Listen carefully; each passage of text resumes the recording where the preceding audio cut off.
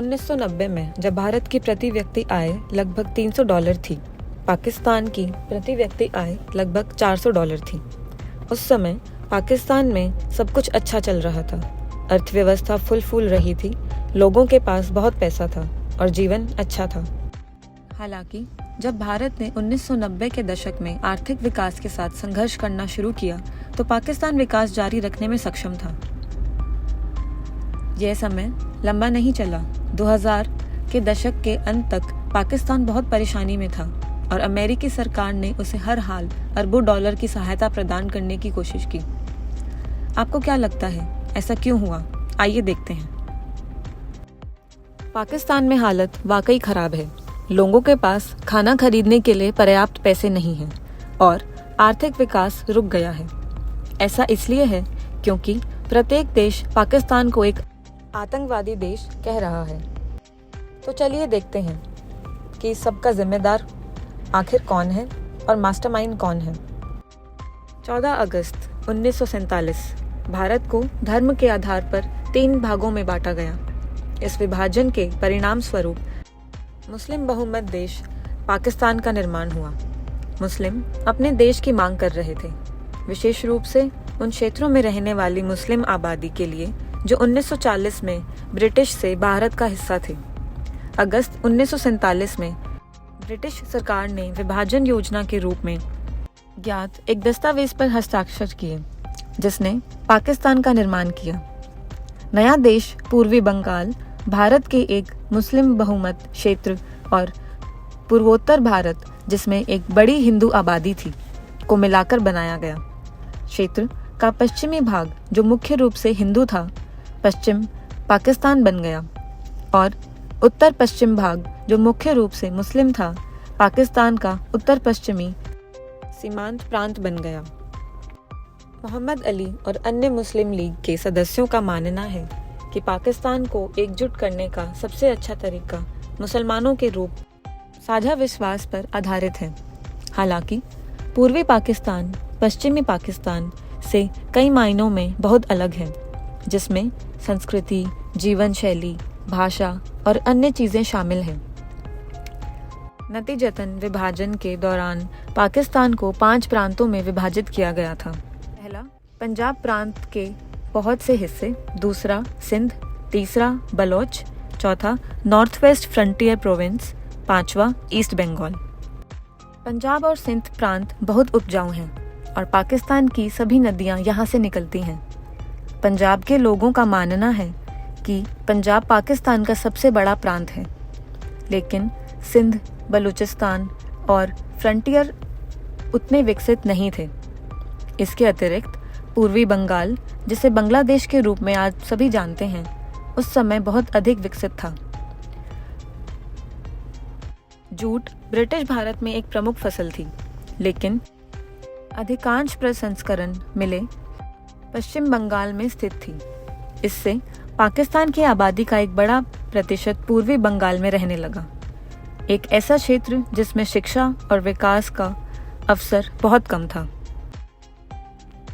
1956 में जब पाकिस्तान एक इस्लामिक गणराज्य बन गया और सार्वजनिक स्वीकृति के माध्यम से देश ने अपने संविधान की घोषणा की, उसके बाद पाकिस्तानी सरकार बनी और इस्कंदर मिर्ज़ा पाकिस्तान के पहले राष्ट्रपति बने। हालांकि 2 साल बाद 1958 में सेना प्रमुख जनरल मोहम्मद अयूब खान ने एक सैन्य तख्तापलट किया और उन्होंने लगभग 11 वर्षों तक पाकिस्तान को नियंत्रित किया। अयूब खान ने सेना के लिए ज़्यादातर पंजाबियों को प्राथमिकता दी क्योंकि उनके पास अधिक शिक्षा थी और उन्होंने व्यापारियों के साथ भी काम किया था, जिससे उन्हें अत्यधिक पूंजी समर्थन प्राप्त हुआ। 1959 में एक और सेनापति एमडी आगा खान ने पाकिस्तान पर शासन किया। उन्होंने 1971 तक मार्शल लॉ लगाया। 1970 में पहली बार 300 सीटों के लिए चुनाव हुआ। पूर्वी बंगाल के नेता शेख मुजीबुर रहमान की अवामी लीग पार्टी ने 162 सीटों में से 160 सीटें जीती। चुनाव में रहमान की जीत के बाद अली भट्टो और राष्ट्रपति खान एक दूसरे से मिले। उन्होंने यह योजना बनाई जिसके आधार पर रहमान को पश्चिमी पाकिस्तान की एक गुप्त जेल में कैद कर दिया गया। दरअसल 1906 में जब मुस्लिम लीग की स्थापना हुई तो एक अलग देश की मांग उठ रही थी, लेकिन उस समय इरादा उत्तर पश्चिमी सीमांत प्रांत बलूचिस्तान, सिंध और पंजाब क्षेत्रों को पाकिस्तान बनाने का था। लेकिन 1947 में पूर्वी बंगाल भी पाकिस्तान का हिस्सा बन गया। लेकिन आप जानते हैं, समस्या यह थी कि पूर्व बंगाल के लोगों और पाकिस्तान के अन्य हिस्सों के लोगों के बीच अत्यधिक सांस्कृतिक अंतर थे। पूर्वी बंगाल पश्चिम पाकिस्तान से बहुत दूर था और वहाँ की संस्कृति, भाषाएं और लोग पाकिस्तान से बहुत अलग थे। पाकिस्तानी नेता नहीं चाहते थे कि बंगाली प्रधानमंत्री रहमान कार्यालय संभालें, क्योंकि वह उनसे अलग थे और एक ही संस्कृति को साझा नहीं कर सकते थे। लेकिन जब रहमान को गिरफ्तार किया तो पूर्वी बंगाल में पाकिस्तान के खिलाफ विरोध शुरू हो गए। स्थिति को नियंत्रित करने के लिए पाकिस्तान ने अपनी सेना तैनात की। पाकिस्तानी सैनिकों द्वारा पूर्वी बंगाल में लोगों पर हमला करने और उनका बलात्कार करने के बाद बंगालियों के एक समूह ने मुक्ति बाहिनी का गठन किया। इस समूह को भारतीय सेना द्वारा प्रशिक्षित किया गया था। यही कारण है कि वे वापस लड़ने और लोगों की रक्षा करने में सक्षम थे। दिसंबर 1971 में भारतीय सेना ने पाकिस्तानी सेना से लड़ना शुरू किया। अंततः युद्ध में पाकिस्तान की हार हुई और परिणाम स्वरूप एक नया देश बांग्लादेश बना। यह पूरी पाकिस्तानी सरकार के लिए एक बड़ा झटका था, क्योंकि इसने राजनीतिक अस्थिरता, सेना के हस्तक्षेप और सत्ता के अविश्वसनीय होने को जन्म दिया। पाकिस्तान का गठन मुसलमानों और हिंदुओं के बीच राजनीतिक शक्ति संघर्ष के बाद हुआ। 1948 में पाकिस्तान के नेता मोहम्मद अली जिन्ना की मृत्यु हो गई। इसने पाकिस्तानी राजनीति में एक शक्ति निर्वात पैदा कर और सेना ने बड़ी भूमिका निभानी शुरू कर दी। इस अस्थिरता के कारण पाकिस्तान का अपना संविधान बनने में 26 साल लग गए।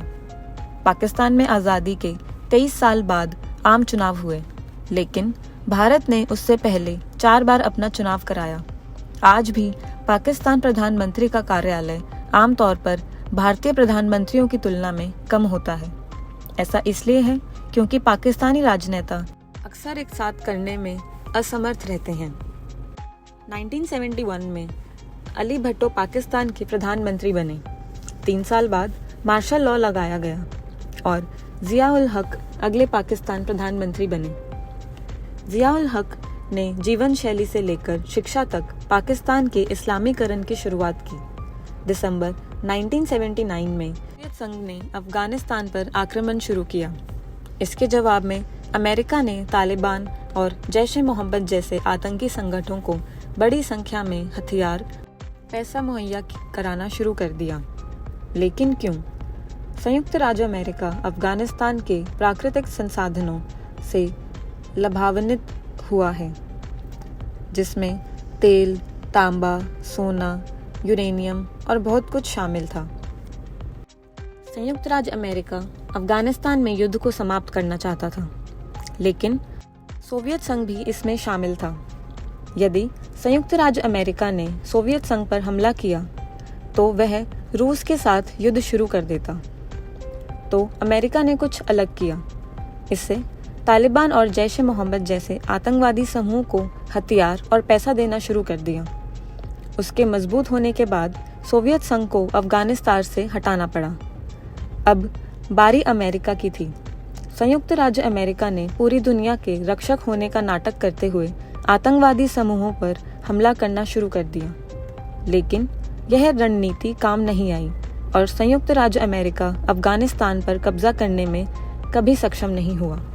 1951 की शुरुआत में संयुक्त राज्य अमेरिका ने पाकिस्तान को सहायता देना शुरू किया, जिससे छोटे टुकड़ों में वितरित किया गया, जिसका कोई अनुमान नहीं लगा सकता था। इस सहायता से पाकिस्तान में आतंकी समूह बनाने में मदद मिली, जिनका इस्तेमाल अफगानिस्तान में लड़ने के लिए किया गया। अफगानिस्तान में युद्ध समाप्त होने के बाद बड़ी संख्या में शरणार्थी पाकिस्तान में दाखिल हुए। 1989 में यूएसएसआर ने अफगानिस्तान छोड़ दिया और 1990 में नवाज शरीफ पाकिस्तान के प्रधानमंत्री बने।